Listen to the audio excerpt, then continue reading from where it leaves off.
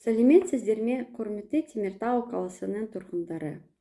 Мен Ярцева Дания Шамилевна, мен Темиртау қаласының Әлем балалар жасөспірімдер шығармашылық орталығы директорының орынбасарымын. Президент Касым-Жомарт Токаев заявил, что всеобщая вакцинация – единственный путь к восстановлению нормальной жизни и сохранению здоровья людей. Мы все понимаем, насколько большое значение на сегодняшний день имеет вакцинация. Сделать или не сделать прививку – это степень ответственности каждого перед самим собой и перед своими родными и близкими. Коронавирус – это опасная болезнь, и не у всех она протекает легко.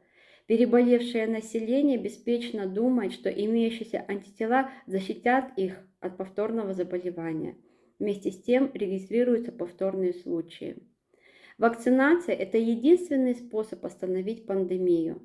Каждый человек должен взвесить пользу и риск вакцинации и риск заражения коронавирусной инфекцией.